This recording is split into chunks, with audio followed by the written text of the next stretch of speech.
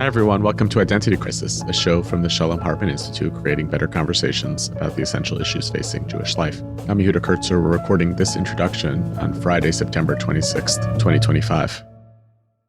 I realized something recently, which is in all of the time I am drawn to the complexity of the questions facing the Jewish people and Judaism, I sometimes forget to be curious about them. Actually, Judaism is interesting. The Jewish people are interesting. Even the hardest things that we're facing are interesting in and of themselves. I think the moment that I realized this was when I was interviewed for today's podcast by Mark Oppenheimer, a journalist. You got to read his bio on his website, markoppenheimer.com. It's hilarious and amazing. It tells you a lot about who Mark is. He starts off by saying, I'm a father, a husband, a dog owner, and a challah baker, not in order of importance, but writing and talking are what I do for work. Mark is now a professor of practice at Washington University in St. Louis and editor of an online publication called ARC, Religion, Politics, etc. And he interviewed me for the podcast connected to ARC. I was proud to be one of the first 10 interviewees for his podcast. You'll hear Mark, and maybe some of you will recognize him. He was the longtime host of the Unorthodox podcast. You'll hear in his questions and his approach this playful curiosity about all things Jewish. For us, it was a pretty wonderful conversation, both about deep things like the rabbinic pipeline crisis, which we've talked about many times on the show before, and Mark was able to put in helpful context to larger questions facing clergy in other religions in America, but also in our playful interaction about the size of various kippot, yarmulkas, skull caps that Jews wear, what it says about our politics, what it says about our commitments, and what it says about our aesthetic choices. I hope you enjoy this episode as much as I enjoyed being on the other side of the microphone for it.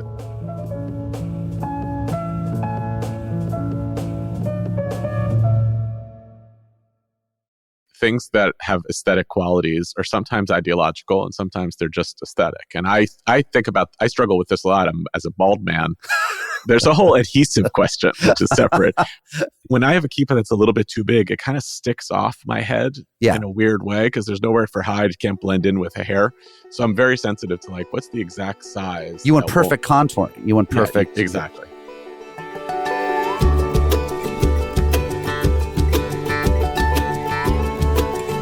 Hey friends, I'm Mark Oppenheimer, and this is ARC with Mark. It is September 15th as I talk to you. And what that means is that the Jewish high holidays are coming up really, really soon. Rosh Hashanah is next week. It has crept up on me. And I was thinking last year when I was in synagogue for Rosh Hashanah that it was the first year in about 17 years that I wasn't primarily concerned with where all of my children were while I was sitting in synagogue. My eldest is now 18. My youngest is now 7. And so last year when they were, 17 and 6, and my youngest was 6 years old, I really could sort of exhale. I knew that he was probably in the children's service and he was probably sitting cross-legged and more or less paying attention. And if he had to go to the bathroom, he could take himself to the bathroom. He didn't need mommy or daddy. And if he needed mommy or daddy, he could come find mommy or daddy in the main sanctuary where the adults were doing their high holiday service. And I hadn't had a day like that in synagogue where I wasn't consumed with juggling the children and thinking about where the children are ever, or at least not since college. I didn't go to synagogue growing up. I first went to high holiday services when I was a freshman in college and did that for 6 or 7 years in an academic context. I was affiliated with universities. I would go to university services. Okay, I didn't have to worry about kids then. Flash forward a few years to my being married and our having a baby pretty soon after our marriage, and my being a member of an adult synagogue community. That is to say, a synagogue community that's not circumscribed or defined by affiliation with a university or a Hillel. So kind of like the real world, as they say. And from the very first in the real world, I was thinking about the baby. And my wife was doing probably 72.6% of the baby care, but I was doing 20-something%. And I had to be mindful and wanted to be mindful of her needs and the baby's needs. And so it went through the births of all of the rest of our 5 children. And in a way, this was totally glorious. I mean, I loved having young children. And there's a part of me that's really, really sad that, that thing is true, which is that every day that I have with my youngest, with my son, is the last day I'll have a child who's that age because we're not having any more children. And so, with every passing day, I'm losing the experience of what it's like to have a child who is 7 years, 2 months, and 3 days old, 7 years, 2 months, and 4 days old, and so forth and so on. And that's a little bit heartbreaking. With regards to synagogue worship, though, there was actually something kind of nice about having to worry about the children, because it meant I didn't have to think about my own spiritual life. I didn't have to think about my own inability to access the prayers. I didn't have to think about my own boredom, because let's face it, a lot of ritualized worship can be boring. I didn't have to think about showing up as myself in this space in front of the rabbi and my fellow congregants and God, however one construes God. But last year that changed a little bit. And this year, I think it'll be really fundamentally different. I mean, the children really can take care of themselves. And so I have to figure out, how much do I want to be here? And why do I want to be here? And am I being here for something other than modeling to my children that someday they should be here? In other words, am I just playing the continuity game where I'm showing up to synagogue because I want my children to think that showing up to synagogue is what adults do? Is it just about reinforcing a kind of ongoing cultural script, irrespective of any actual truth value or any actual meaning? I don't think that's true. I don't think that's what I'm doing. But to be honest, I have to cogitate on that more. I have to really reflect on, who am I as a Jew now that I'm moving beyond a pretty easy, snug fitting role of Jewish dad. Being a Jewish dad is something I've gotten really, really comfortable with. I feel like I know how to talk to my kids about Judaism. I feel like I know how to make it fun and make it meaningful and go places with them and sit in synagogue with them and nudge them just enough, but also back off when I'm supposed to back off. And I think that over 18 years, I got pretty good at that. And now I have to figure out, who am I in that space? Who am I these high holidays? So over at arcmag.org, we're going to be running a few essays that are relevant to Judaism and Jewish life at this time of year. And the podcast should reflect that too. And so there's no better week to run this interview that I've done with Yehuda Kurtzer. We talked, I feel like it was about 2 months ago now. Some of it might feel a little bit dated, but actually the great thing is that when you talk with Yehuda, it never really does feel dated, because you immediately go to the really important stuff about God and history and memory. And in this case, why some people wear little tiny small yarmulkas on their head and why some wear much bigger yarmulkas on their head. And that, if nothing else, is why you should listen to this interview. Dr. Yehuda Kurtzer is president of the Shalom Hartman Institute, and he's a leading thinker. He's an author. He's not a rabbi, but he has a doctorate in this stuff. He's a major dude. He's a major Jew. And my friend Josh Foer once referred to me and Menachem Butler as massive Jews. He found out that we didn't know each other. We now know each other pretty well, Menachem and I. But he said, but you guys are such massive Jews. You should know each other. Yehuda Kurtzer is a massive Jew, whatever that means. And he is, again, he's head of this think tank called the Hartman Institute, and just an important thinker. He has a podcast of his own that is honestly one of the best if you are interested in not just Jewish life and culture, but American religious life and culture. It's called Identity Crisis. It's Identity/Crisis. That's Yehuda's podcast. But this that you're about to hear is Yehuda on my podcast, ARC, the podcast. Have a listen.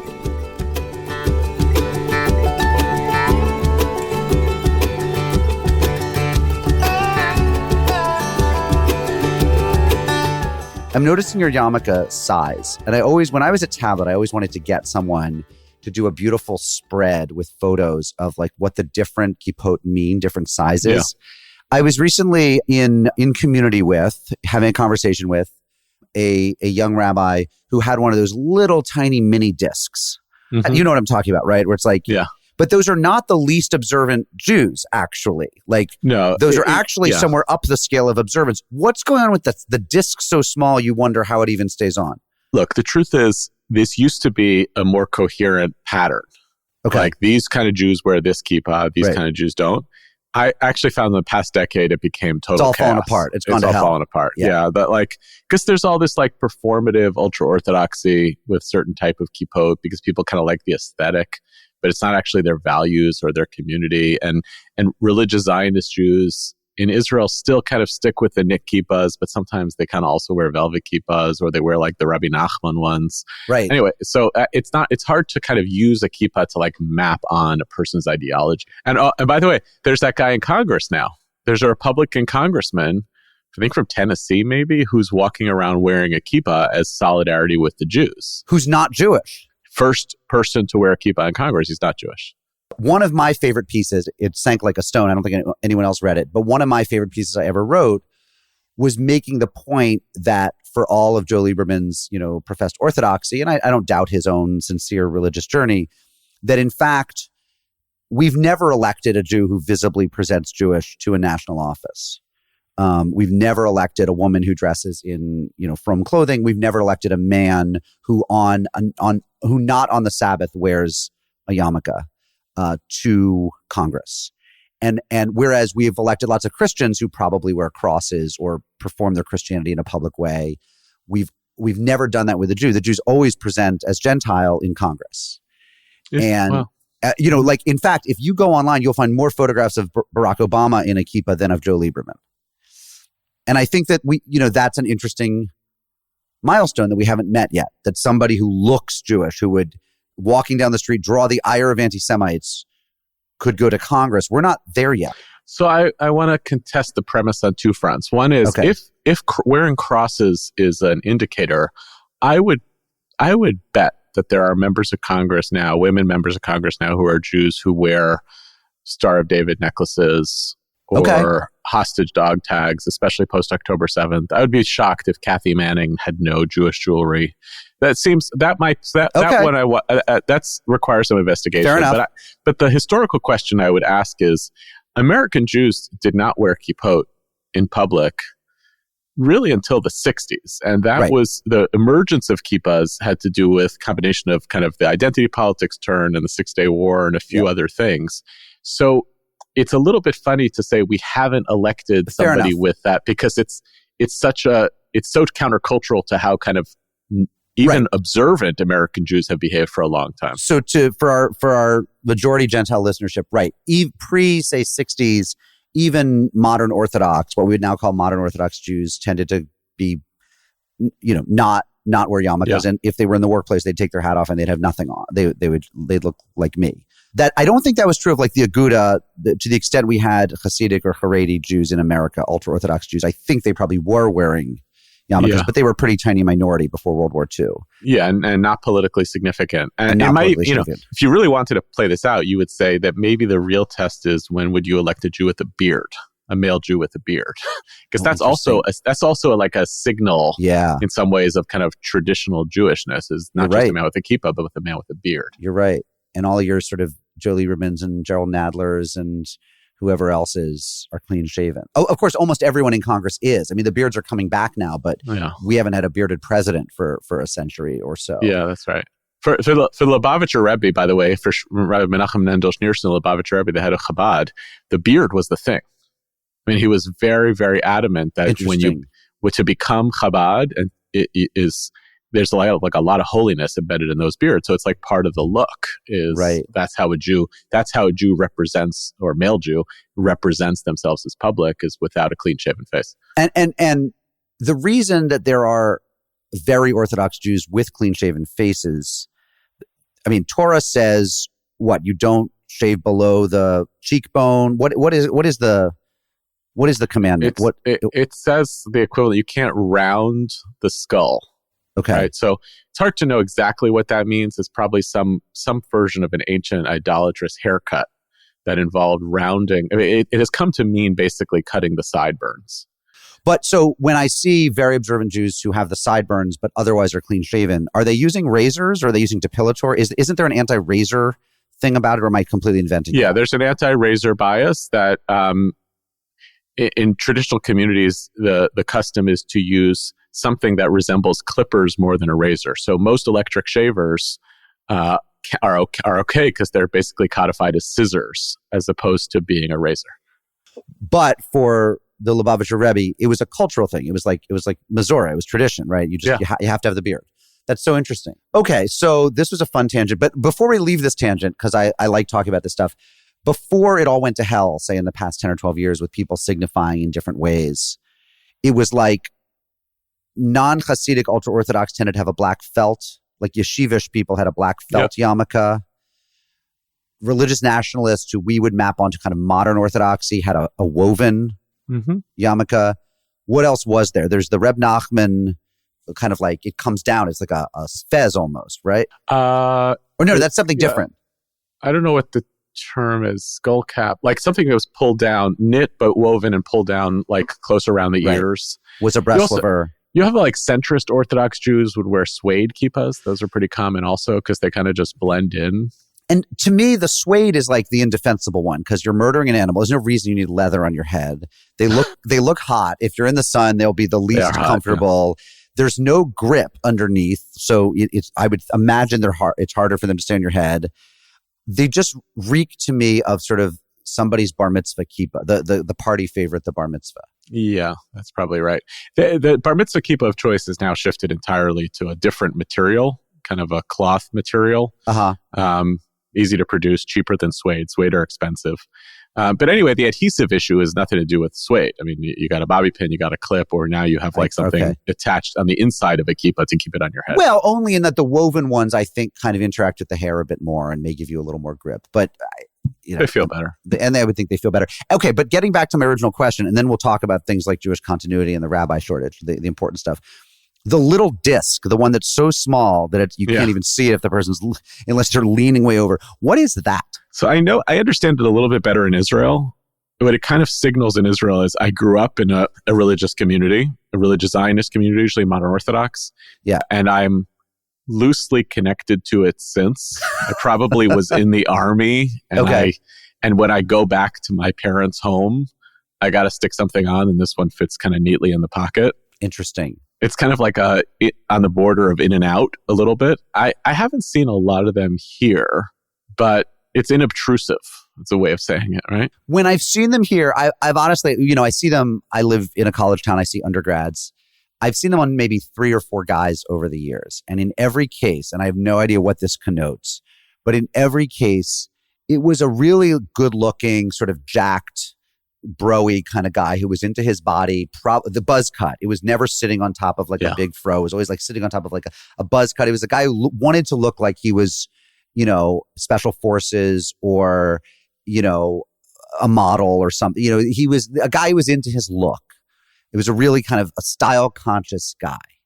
Wanted to rock this little disc. And I don't think it's that he's hiding his Judaism. That's not my sense. It's that it's sleeker, right? It's the same way he has a tight t-shirt. He has a tight little kippah, not one of those loosey-goosey.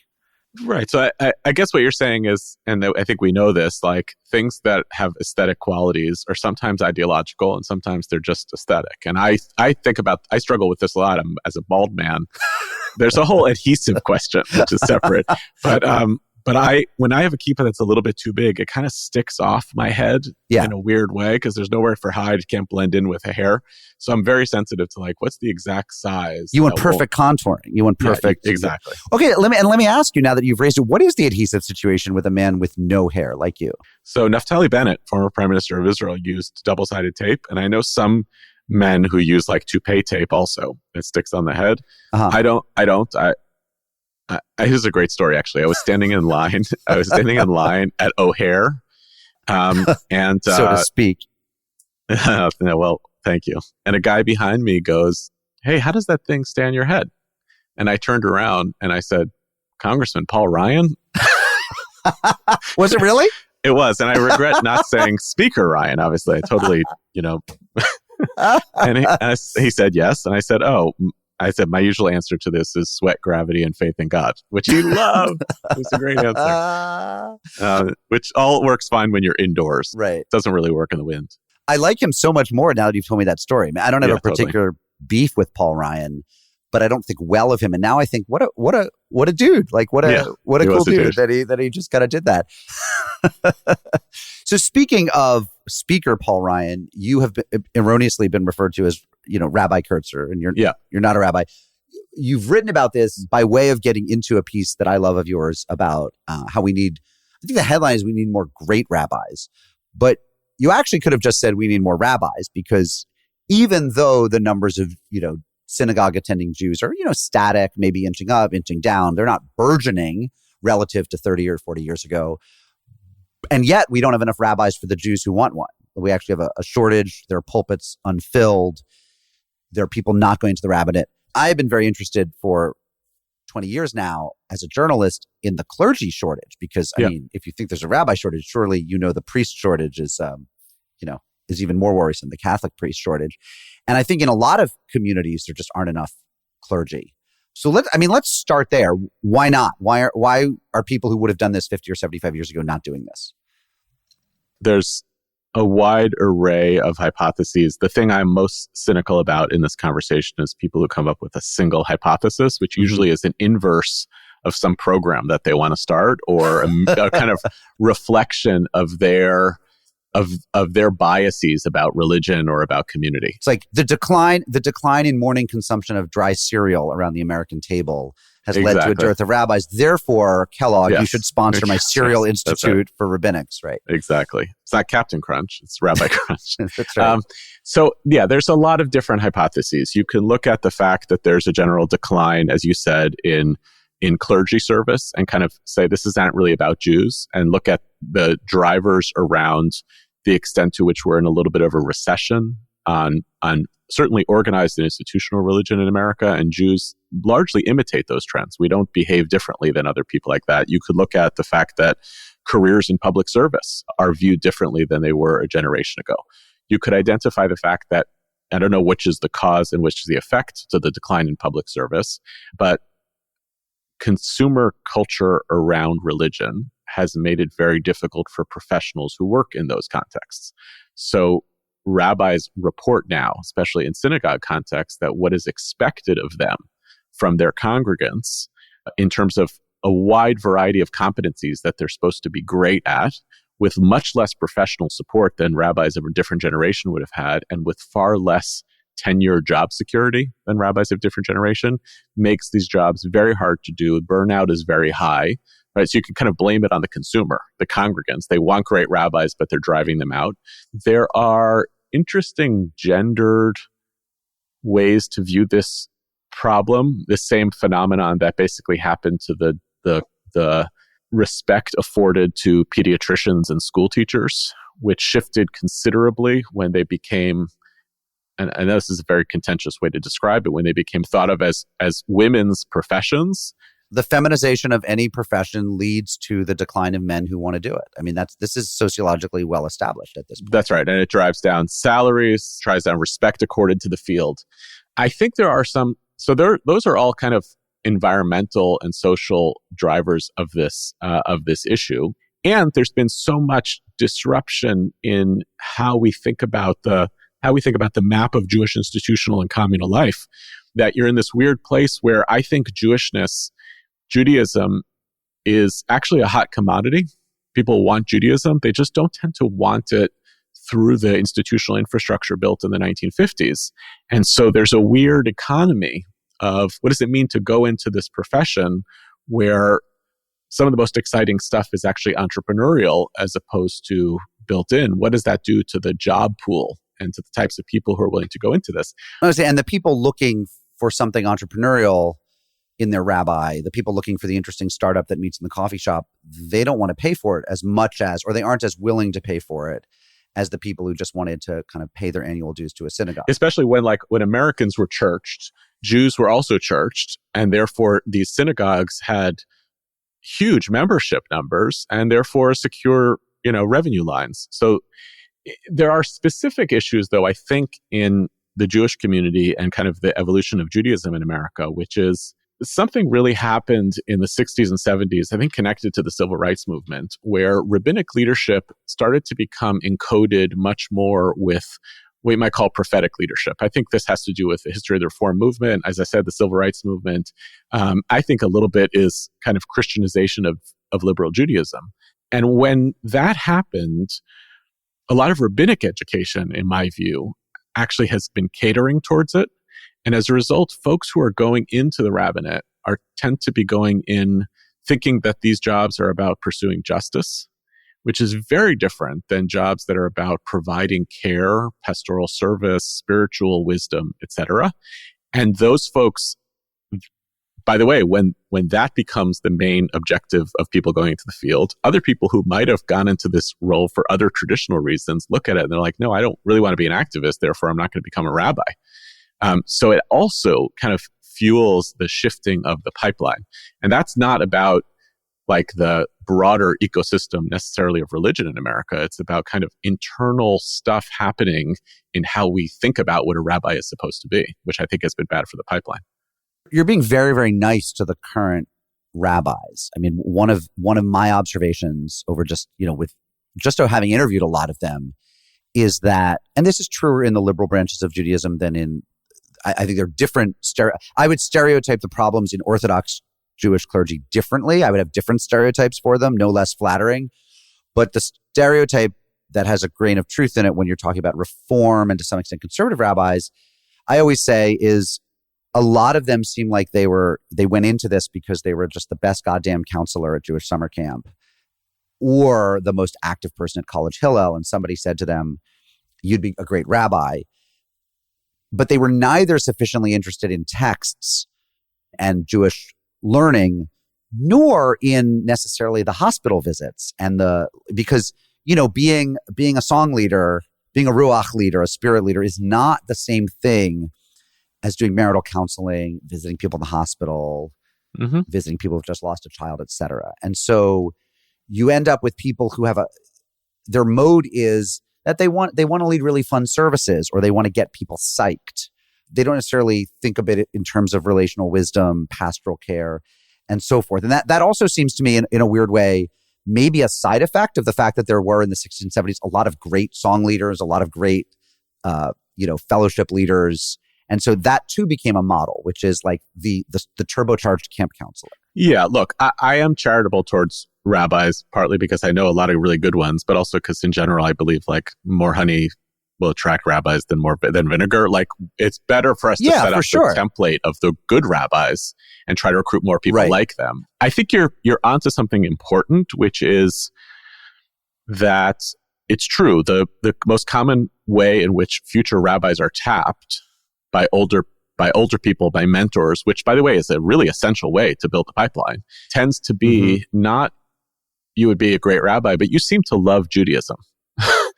And therefore, the job that a person does who loves Judaism is this, which is not true. To love Judaism could make you a great congregant, right? To love Judaism can make you a great educator or Jewish professional, etc. But it becomes like you love Judaism, you must be a rabbi, as opposed to us taking an approach as the Jewish community of saying, who are actually our best and brightest, which was for many centuries, the people who became sages were the best and the brightest. In fact, it was considered an incredible thing. Like, I have this really bright kid. I want to set them off to become the literate, the learned, right? And it's not necessarily what we tend to commodify in liberal communities, is that the best, brightest, most learned people should be our rabbis.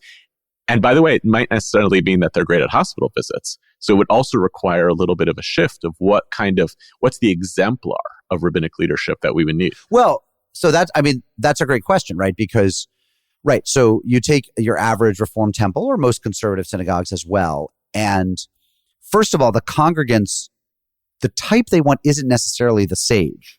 They'd like that person to be able to play at sagacity, to perform sageness. But in hiring, they have a lot of other things they want. They want warmth, they want conviviality, they want the hospital visits.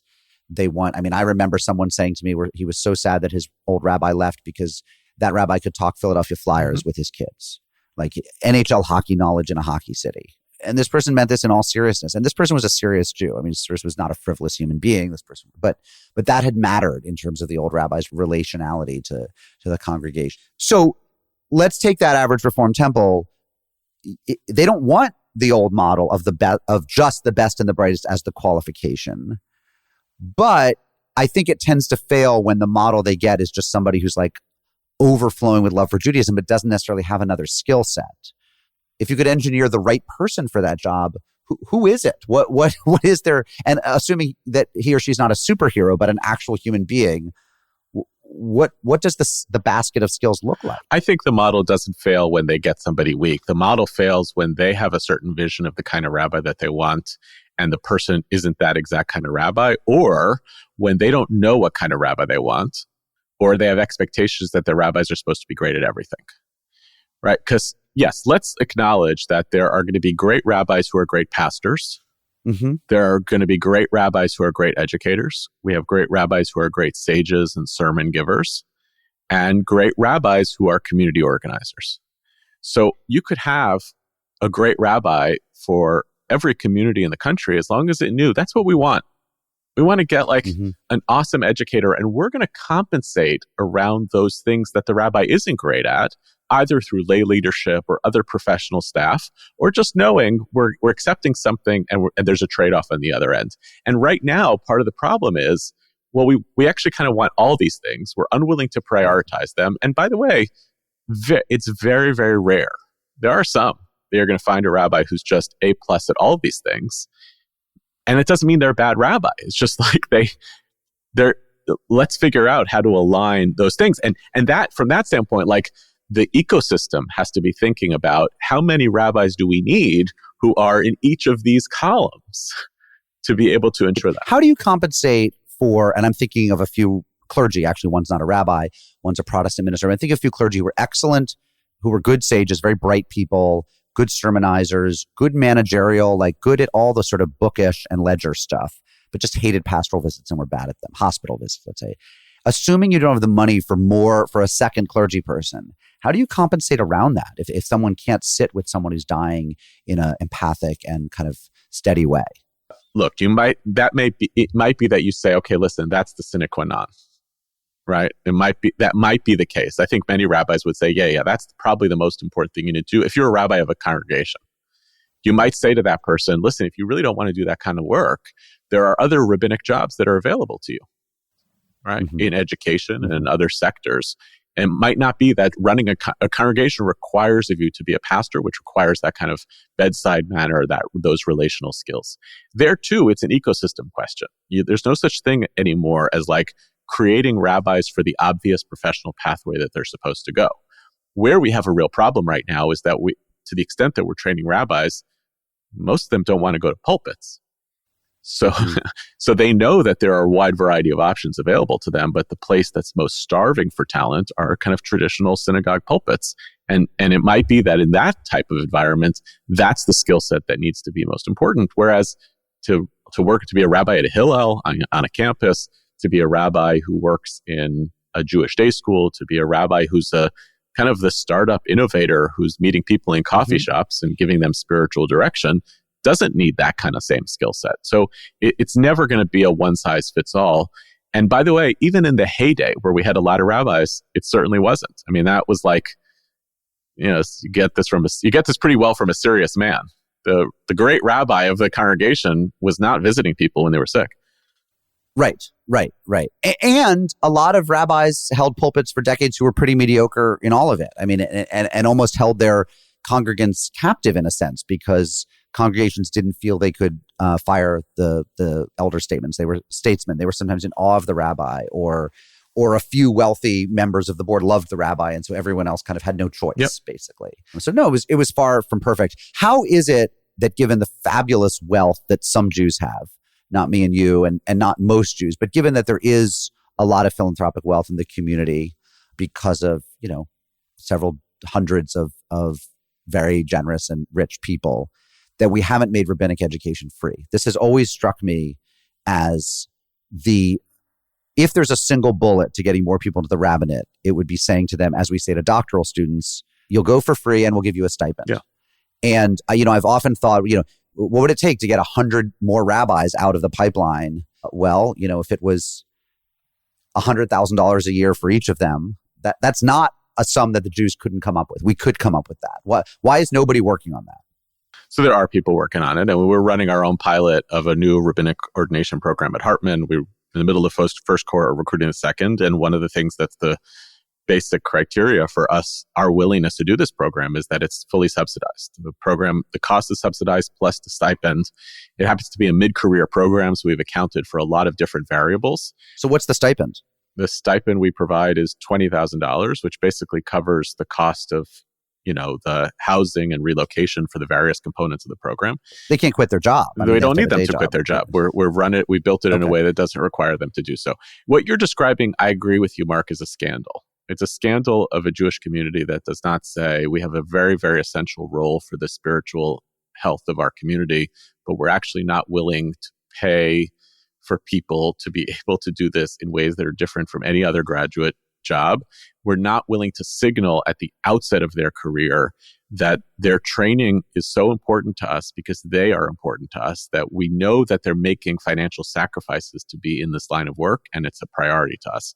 This is a big difference between the liberal movements and the Orthodox movements. Not liberal movements have different financial structures. Many of the schools now actually do find ways to waive tuition or to provide some sort of fellowship, but nowhere near at scale what happens in Orthodoxy, so much so that, if I'm not mistaken, the majority of rabbinical students at Yeshiva University don't actually become professional rabbis, but they feel that they have the flexibility earlier in their career to get a rabbinic education, and then they go off and be an accountant or whatever it is. What that gives to a community is knowledge. It puts people in the pews who have rabbinic knowledge, and that changes the whole texture of a community. It's a scandal. And what it really tells us, we know the answer to this. Communities put their dollars where they consider their priorities. And in our community, philanthropic dollars, unfortunately, go primarily towards defensive and protective philanthropic agendas related to the state of Israel, to fighting anti-Semitism. And they don't go towards, overwhelmingly, they don't go towards the basic spiritual needs and health of our community. And they go towards, and I'm not trying to be, I don't want to be the vinegar rather than the honey, to use your metaphor, but they go towards JCCs, they go towards squash courts, they go toward a lot of things that aren't learning, and some of them are valuable things. I'm glad I have the pool to swim in at my JCC, but I think most of the people whose names are on the plaques at the JCC would not give the same amount of money to a Jewish day school. Some of them would, but a lot of them wouldn't.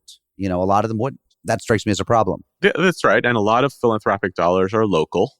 So, I had a great story actually from I heard secondhand from a Syrian community in Brooklyn that thinks in very interesting ways about rabbis as particular people who are meant to serve communities. And the story was described to me as like, this particular community is spending an untold amount of money to basically train the next rabbi for that community.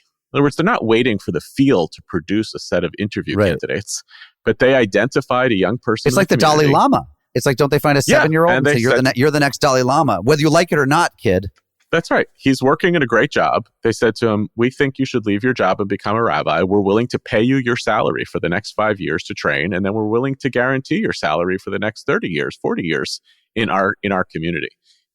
So even if Jewish philanthropy is local, the JCC, or even the synagogue, you would have to change the model where someone would say, we are going to invest in building our rabbi for the future. We're not going to wait to see who JTS or HUC sends us when it comes to the search process. We're going to actually do it ourselves. Now, it's a little bit dangerous because then you're going to wind up with a situation where the wealthy congregations can guarantee their own continuity, which is, by the way, already the case. Top congregations in America are always picking up the top of the pool. So you don't really want that type of scenario to happen, but you do need a little bit of a groundswell that says this is a collective challenge for the future spiritual health of our community and the current maintenance of our spiritual health. We're willing to invest that 100, 200 liberal young superstars every year are getting recruited on campus, told to make their lives for the Jewish people, and guaranteed. Or not on campus, but in their 20s, like they're showing up at events in New York or Chicago, or they're on staff at Camp Ramah at 24 doing something. Like they're found, somewhere relatively early. I don't think it has to be on campus. Maybe, but I think the Jewish community should be doing more on-campus recruiting in general. That's a whole separate thing. But I would say try the thought experiment the other way, which is, I use this example a lot. I think I learned it from Rabbi David Steinhardt in Boca. The NBA knows if you're a great basketball player at age 11 or 12. They know who you are. And I think if we worked at it, 11 or 12, they do. No, but I'm saying, would you go if we worked at it? Was that going to, we could find kids bar mitzvah age? Bar mitzvah age is a crucible. Well, look, I mean, I have some kids in my house who I think would be splendid rabbis. Do you tell them that? I do. There is some, and they have tremendous reverence for our rabbi, Eric Woodward, who's a great rabbi. And, I think at this point in life, they I think more than anything, they wouldn't want to be at the beck and call of so many people. I think they see exactly what it is in terms of the consumerist demands. But who knows with time? I mean, look, as you're a dad, right? Like, I mean, if you want your kids to do something, don't tell them to do it. Like the last thing they need is I mean, yes, I hear what you're saying that a parent we should look at our children and say what we're proud of them for and what they're good at. And also, if I wanted one of my children to follow me into journalism, I don't particularly, but if I did, I wouldn't spend a lot of time saying you should be a journalist. And I'd hope they'd see the gift that they have on their own and get there. I don't know, is that right? Yeah, or I mean, do you take a different point of view vis-a-vis your own kids? I think for the system, we have to do some work in the system to make sure that our kids see that these are noble professions. They are respected professions, which is different from telling kids at a point in their life when they want to reject everything you're saying that they should do this. But I will say, we had a funny story a couple of years ago. My boys are 19 and 17, and they staged an intervention with Stephanie and with Mimi. I think it was maybe a year ago. And they were like, we feel pressure from you guys to do meaningful things with our careers. My wife is the head of a day school. And we laughed. We were like, hell yeah, you should feel that pressure. Now, if they decide to rebel we want to go on their professional surf tour and right. If they decide be a TikTok influencer respectively, won't you love us no matter what? Right. My feeling is like, if you want to go into finance and be still a great Jew and a great lay leader and bring Jewish values into your home, that is not a rebellion against us. But do I feel bad that I implicitly signaled that lives built of professional meaning in service to the Jewish people are I'm supposed to feel bad about that?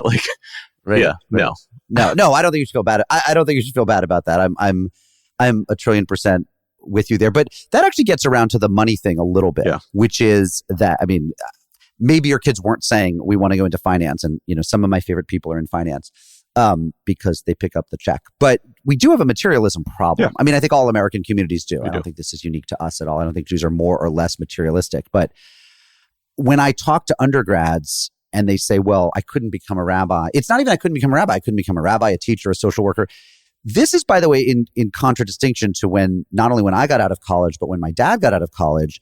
If you got out of college in the late 60s, it was almost de rigueur that you spent a few years finding yourself. It was really uncool to go straight into lucrative work if that was your path. When I got out in the 90s, coming out of an elite college, it was still one of the privileges we knew we had was, look, my Yale degree is good 4 years from now. If I want to screw around for a few years, if I want to go learn another language or travel or try something out that might not be my forever career, that's okay. The career will be there for me. Today's kids are so petrified. It's not even that they feel I have to be rich. It's that they don't think there's any life to be had outside of fields that would make them rich. Yeah. And I hear this even in Orthodoxy. Again, I'm not Orthodox, but I've talked to some yeshiva university boys who said, well, it's good to do kollel and maybe, get ordination, get smicha. But of course you want a degree in accounting. Yeah. I'm like, well, do you fucking enjoy accounting? Nobody even I'm not even sure. I think my accountant does like accounting, to be fair. But most people, what could be drearier? And they look at you like, well, I don't know, I never thought about it. I just know you have to. I thought, well, then, what did the Rav live for if the YU kids are saying you have to do accounting? You said even in Orthodoxy, and I would say it's especially in Orthodoxy because the cost of living associated with being a modern Orthodox Jew in America is stratospheric. You have to live in certain neighborhoods. You pay more for your food.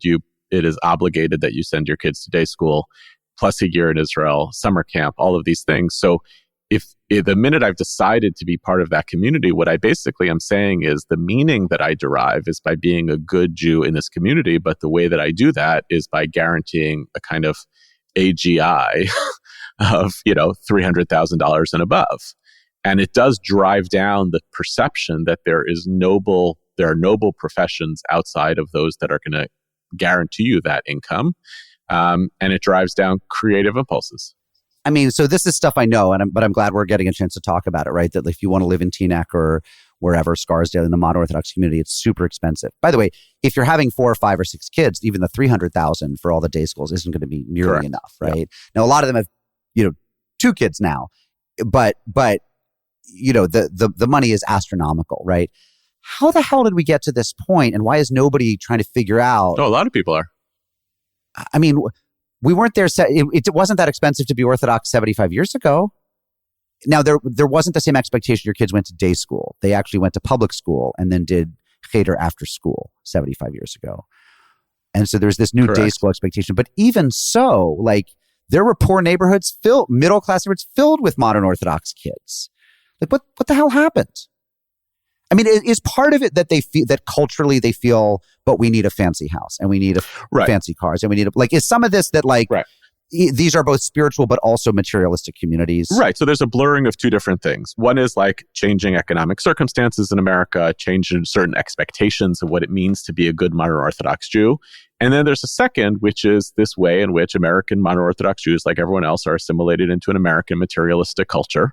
And therefore, it's not just what I need, but what I want or I perceive as being necessary to succeeding at the American story. The way my colleague Rivka Schwartz says this, is a principal at SAR High School, is she says the challenge around the financing of day schools is that parents want both affordable Jewish education and excellent Jewish education.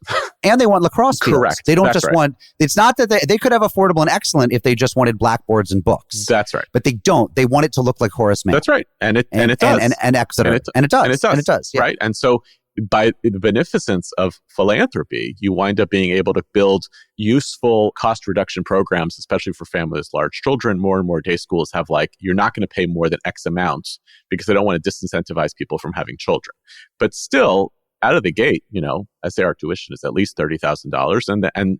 And once you pay that amount of money, you're like, yeah, I need Model UN and I want this soccer team and I want to be able to do this and all that because I ultimately want my kids to be able to get into a non-Jewish college so that they can continue this loop of being able to build their own social, economic, and political mobility here in the country.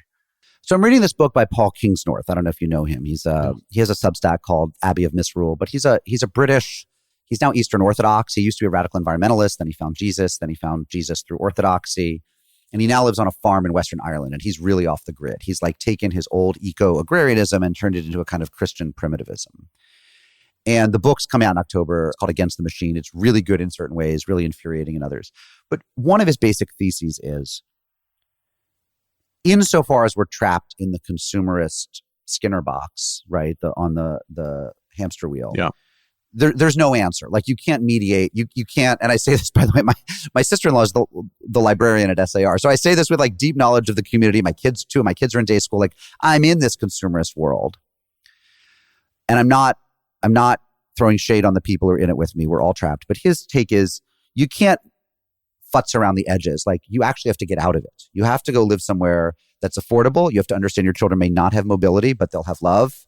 You have to throw out the devices. You have to not care if they go to Harvard or even Binghamton or Stony Brook or Maryland or one of the other places with a lot of Jewish students. He's, of course, talking about Christians. He's saying, if what you care about is God and living in a godly way, you actually have to stop caring about that other stuff. The consumerism will always win. You won't have the strength of character if you situate yourself in these communities to be the person with really good values. You have to kind of get out of them and find a counterculture somehow. And I'm not at the end of the book where he tells us how, except moving to Western Ireland. But I mean, do you ever feel that way? What do you think about that kind of radical despair about the consumerist trap? I feel it's halfway right. And the halfway part is, I think fundamentally it's true that those who care about larger values, community, spirituality, etc., you're just not going to find it through the consumer orientation which characterizes this country, so the market capitalist orientation. Synagogues are thriving when they can be market capitalists, and I think that's a short-term win and a long-term loss. Where I resist it a little bit is that it sounds more Christian than Jewish, because Jewishness has no I don't think Judaism has the same kind of intrinsic opposition to wealth that pious Christianity developed. By the way, it's not like they were consistent on this. The church is pretty wealthy, but I mean, he hates most of his fellow Christians and Christian institutions, to be clear. Right. I mean, feasting is a piece of Jewish tradition, and being comfortable. Those are things that we have actually really interesting Jewish texts around. So I don't want it to be doctrinal, Jews are supposed to be kind of anti-consumption, but we are supposed to be anti-materialistic, and certainly we're not built for allowing Judaism to have been remade as basically something that's supposed to operate as, shaped by material capital culture. And I see this really eroding traditional communities in America. You see it with the growing cruise, wow, here the Passover trips. Yeah, Passover trips, Cancun, and the cruises were just wildly expensive, and there's nothing that's spared. Where it's like every imaginable cuisine is rendered as kosher, and it's just like, yeah, I know you can do that, you can pull it off, right. But like, is it such a significant? Is the value of keeping kosher so significant that it kind of erases all of the other countercultural behaviors that keeping kosher was supposed to kind of signify? Right, it's supposed to set you apart. So if you can have a cruise with kosher sushi, kosher Wagyu beef, kosher whatever, yeah, then you're an imitation of the Goyim in a sense. I remember, so I didn't know that there were these Passover trips. And for those who don't know what we're talking about, for the week of Passover, there's all these foods you're not supposed to eat and dishes you're not supposed to use. And so traditionally, one way you would answer this in your own house is you would set aside all your normal food and have to restock with kosher for Passover food and take out separate dishes. If you have money, you can now go to a resort where the resort kitchen has been restocked for kosher for Passover food, so you can do your whole Passover in Cancun or on a cruise ship or whatever. And there's often guest speakers, and there might be bands, and there might be there's entertainment for the week, and your kids have the week off from school because they're at Jewish day school. When I learned about this, I said to one friend of mine who is modern Orthodox and has some money, I said, "Is this what your family does?" And she said, "Well, it's what everyone does." And I said, "So have you done it all your life?" And she said, "Well, it started when I was 11 or 12. She was maybe 27 or 28 at the time, young mother. And I said, "So is this what you do with your kids?" And she said, "Well, of course, my parents pay for it. They want all the cousins together. So we always take a cruise somewhere different for Passover." And I said, "So that means that the Passover of our nostalgic lore, which is at Bubby's table, eating the matzo ball soup and, the brisket and whatever, but having traditions at grandma's house doesn't exist for thousands and thousands of American Orthodox families. They actually don't gather at somebody's house and run around and play games in the basement. They're always off on a different decadent trip." And she hadn't thought of it that way, but she said, yeah, that's right.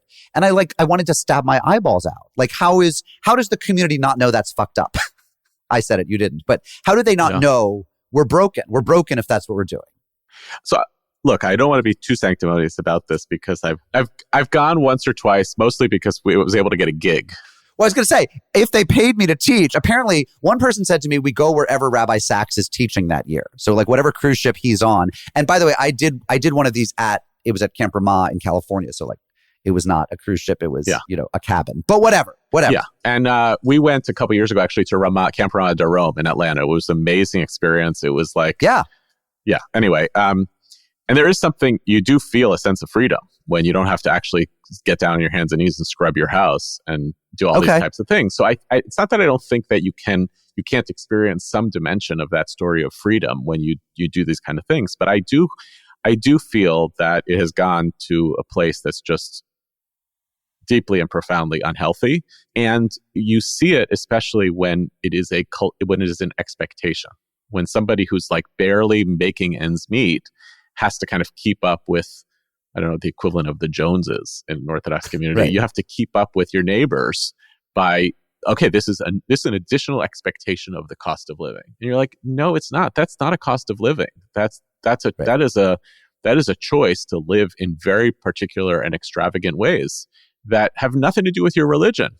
They have to do with the cultural trappings that you've tried to invest around your religion, but it's nothing to do with the religion itself. And that's where I think it really goes off the rails. And I'm not sure that folks who do this on the regular, who can afford doing it, are fully conscious of the optics that they're creating for others about what the expectation of the holiday of Passover is supposed to be.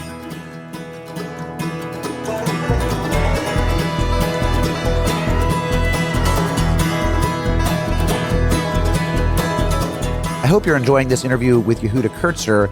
If you're bored, now's as good a time as any to navigate over to arcmag.org. That's arcmag.org, where we have posted a couple pieces recently that I think are just like, they're simply fab. Alicia Kelman wrote a piece for us called The Mind of MAGA. It's a profile of Yoram Hazony, who is the Israeli-American political theorist most identified with what's called national conservatism, or the NatCons. And these are people who have a lot of influence in the Trump administration. And Yoram Hazony is their guy. He's the guy who sort of made it all happen. And we have, I think, the definitive profile of Yoram Hazony, The Mind of MAGA, over at arcmag.org. And also, if you want to think about anything but politics, you should read Seeing Through Fog by Robert Scaramuccia, which is his beautiful essay about walking the Camino de Santiago pilgrimage in Portugal and Spain, which he did after losing the second of his two parents and becoming an orphan. And it's just a beautifully written piece with some gorgeous photographs, and I would encourage you to check it out. There's a lot more over there at arcmag.org. Please go check it out and share it and subscribe to our newsletter, arcmag.org. And now, back to my interview with Yehuda Kurtzer.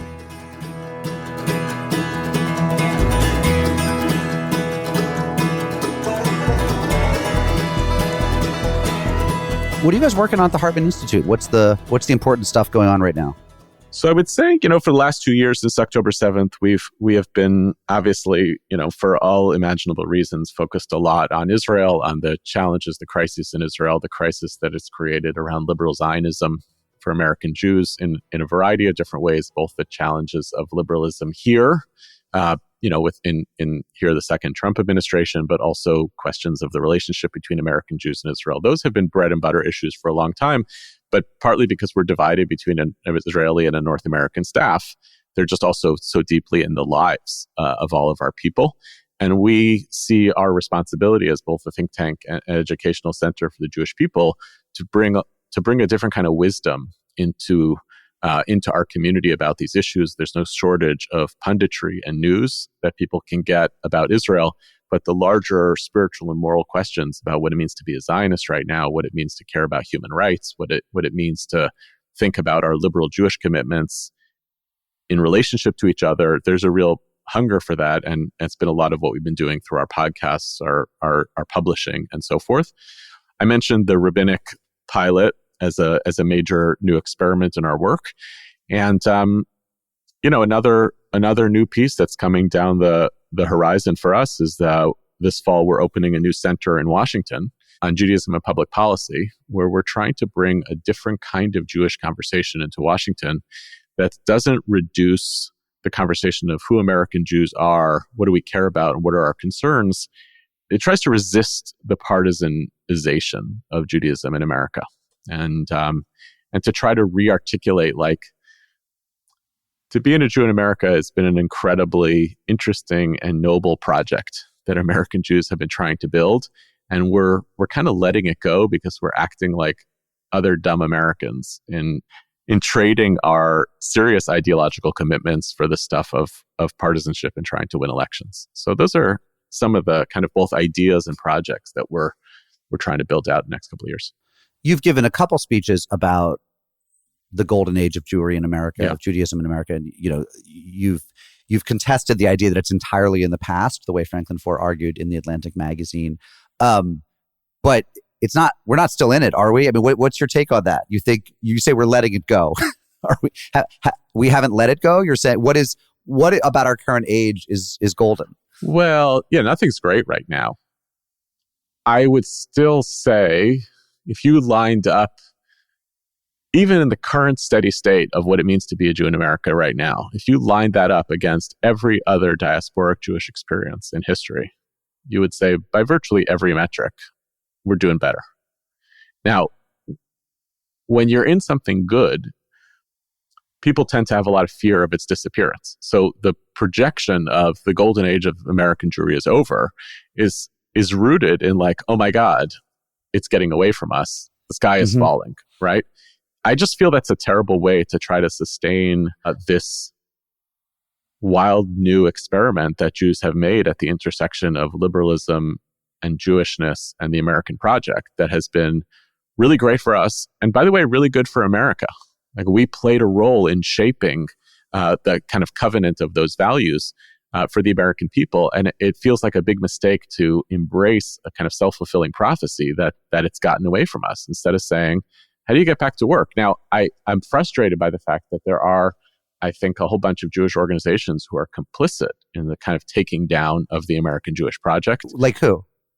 I think, by and large, the industry that claims it's to be fighting anti-Semitism in America, that does so by embracing anti-democratic measures in this country, by abandoning our allies, by particularizing the experience of anti-Semitism and not allowing it to share anything in common with other forms of hatred. I think that is just a total abandonment of the Jewish project. And what I want us to do is say, what were the raw materials ideologically that constituted what we as Jews built in America over this period of time, and reinvest in those. I don't care about like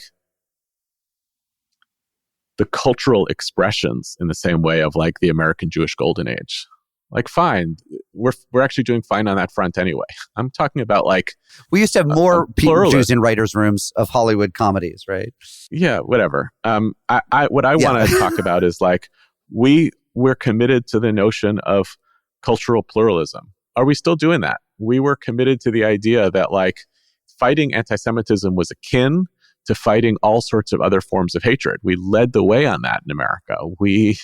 We talked about America as something vastly different than other diaspora experiences. And now I watch a whole bunch of Jewish leaders who are like, oh, look, we're back in the old, the king and the nobles. Right. It's like crazy to embrace those stories when we still have the ability to do something remarkable here that was unprecedented in our history. I don't know why we would stop.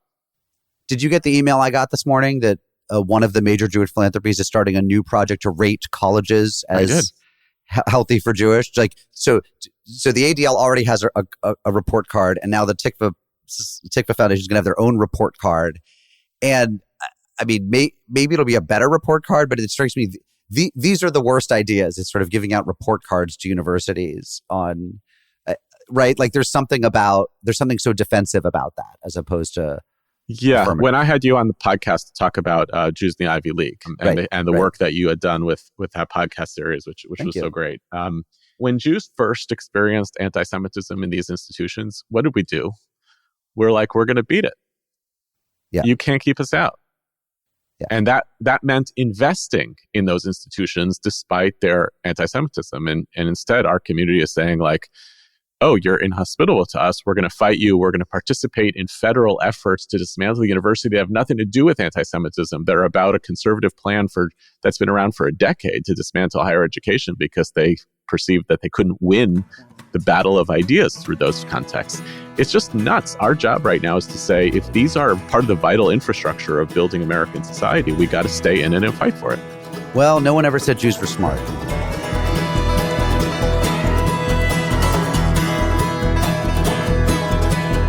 It's time for religious holidays and celebrity birthdays. As I've said, Rosh Hashanah is upon us. It begins sundown September 22nd and then lasts for 2 days, even in the state of Israel. I made a mistake on the last episode and I said it was 1 day in Israel. Rosh Hashanah is actually the holiday that is 2 days both in Israel and in the diaspora.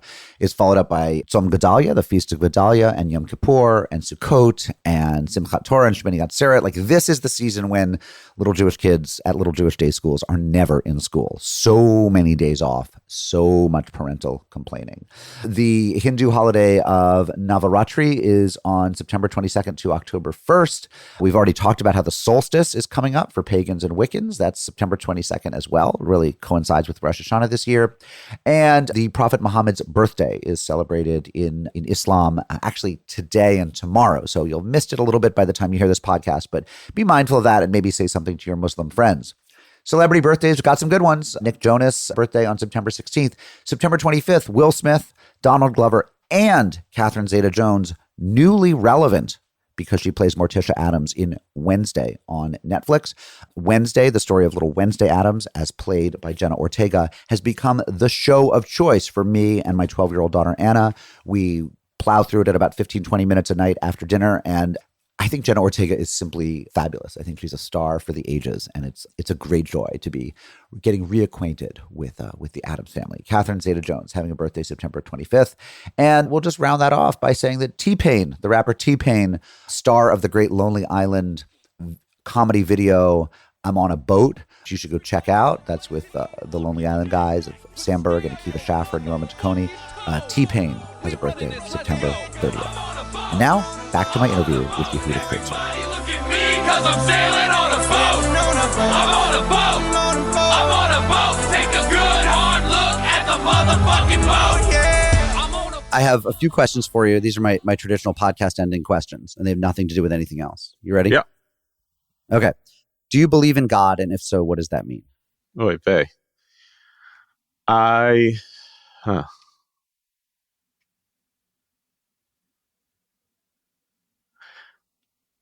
I don't know that I conventionally believe in God. Like, it's certainly not like the flying spaghetti monster version. Right. I definitely don't relate to God as a force that I want to do my bidding. I find that to be like a narcissistic, almost idolatrous way of being in the world. God cares about me. It doesn't make sense to me. I take very seriously the God of our tradition, and I identify most with the rabbis who tried to build a Jewish world that was rooted in taking responsibility for it and giving back God's autonomy. So that's my evasion of your question. Oh, I like that. Giving back God's autonomy. If you could have done any other job within reason, like something that maybe you could have done if you'd made different choices, what would it be? I mean, the easy answer is I would have stayed in academia. I think I would have hated it, to be honest. I didn't love. Probably you would have. I think I would have. But I think I probably could have done that. Yeah. Honestly, I started doing this so young that I never really poked down like another pathway. Right. I probably could have run for office. Yeah. Also would have hated that I too. see that. Yeah, you probably you found the one thing Correct. you wouldn't have hated. What's advice you give to younger people? Not your own kids, but let's say a college student comes up to you and says, like, give me a piece of advice. Any piece of advice on anything? Yeah. I mean, I heard somebody say this a few years ago, which I thought was great. Your career is more of a jungle gym than a ladder, right? Sometimes you move laterally, sometimes you move down, you move around, you look at it differently, right? The goal it's not, and I think your pathway in life is not linear. I also remember early on, I had a friend who told me, I think we were 19 or 20, about his 10-year plan for his life. And I must have looked at him like he was crazy. And he was like, well, what's your 10-year plan? I was like, I think I'll figure it out as I go along. And then 10 years from now, that will retroactively have been the 10-year plan. And that has worked for me. I'm not a huge believer in that kind of long-term planning. And by the way, I'm not a huge believer in it for organizations either, What became of that dude? How does 10-year plan go? I think it worked for him, but he made partner. yeah, maybe. I found something. it boring. No, I mean, to me, there's almost an existential despair at thinking that I would know where I'm going to be in 10 years. Yeah. It would almost make me not want to keep going if it was all laid out before me in a predictable I'd way. also say don't burn bridges. That's a big one. Yeah. Don't burn bridges. Yeah. And I think for young people, that has a lot to do with social media. Don't paint a picture of yourself in the world that you're not going to be able to erase later on. Don't paint yourself into a corner because of the ideological convictions of your youth, right? And it's certainly true with relationships as well. Yeah. Or just don't be on social media. That'll take care of a lot. That'll take care of a lot of it. Is there a song that makes you nostalgic for a particular moment? Oh, there's so many. I sang my wife down the aisle at our wedding. I know that's the cheesiest thing imaginable. I sang a song called Tapuach Zahav. They're called an orange or a golden apple by Arik Einstein, Israeli singer. So I can't hear that song without thinking about that awesome moment when all of my wife's mother's friends fell in love with me. In all candor, you're a pretty good singer, I'm assuming. You're decent, passable, right? yeah. Right. Like, I wouldn't do that. That wouldn't be fair of me to do to Yeah. anyone. But all right, passable. I'm gonna figure that means better than passable, and you're being modest. And finally, can you give us something to watch and something to read? I'm in the middle of watching Yellowstone, Uh-huh. which I love. I don't know how and why. I haven't seen it.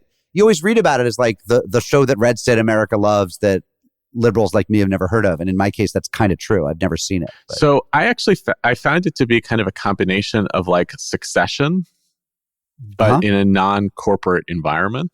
It's the same kind of story,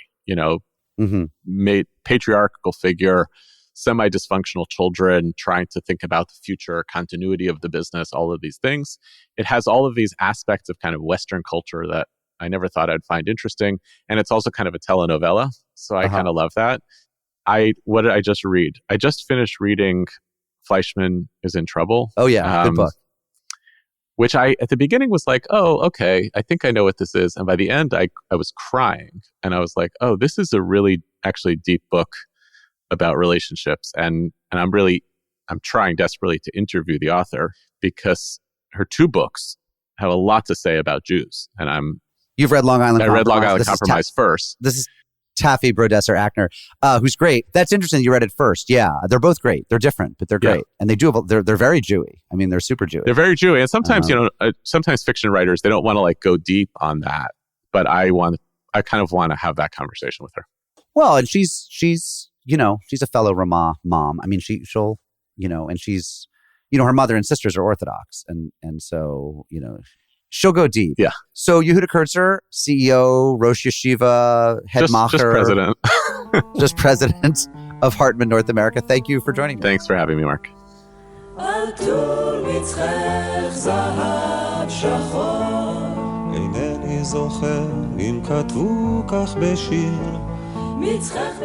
ARC is a production of arcmag.org, the magazine ARC, Religion, Politics, Etc., which is itself a production of the John C. Danforth Center on Religion and Politics at WashU in St. Louis. We are so thrilled to have colleagues like Deborah Kennard, Abram Van Engen, Mark Valeri, and all the rest at the Danforth Center. This podcast is produced by David Sugarman with assistance from Robert Scaramuccia. Our interns at ARC are Caroline Coffey and Ben Esther, and we encourage you to subscribe on whatever platform makes you feel happy. Happy holidays to all those who celebrate, and we'll see you next time on ARC, the podcast. של קדושה ולמולו התשעה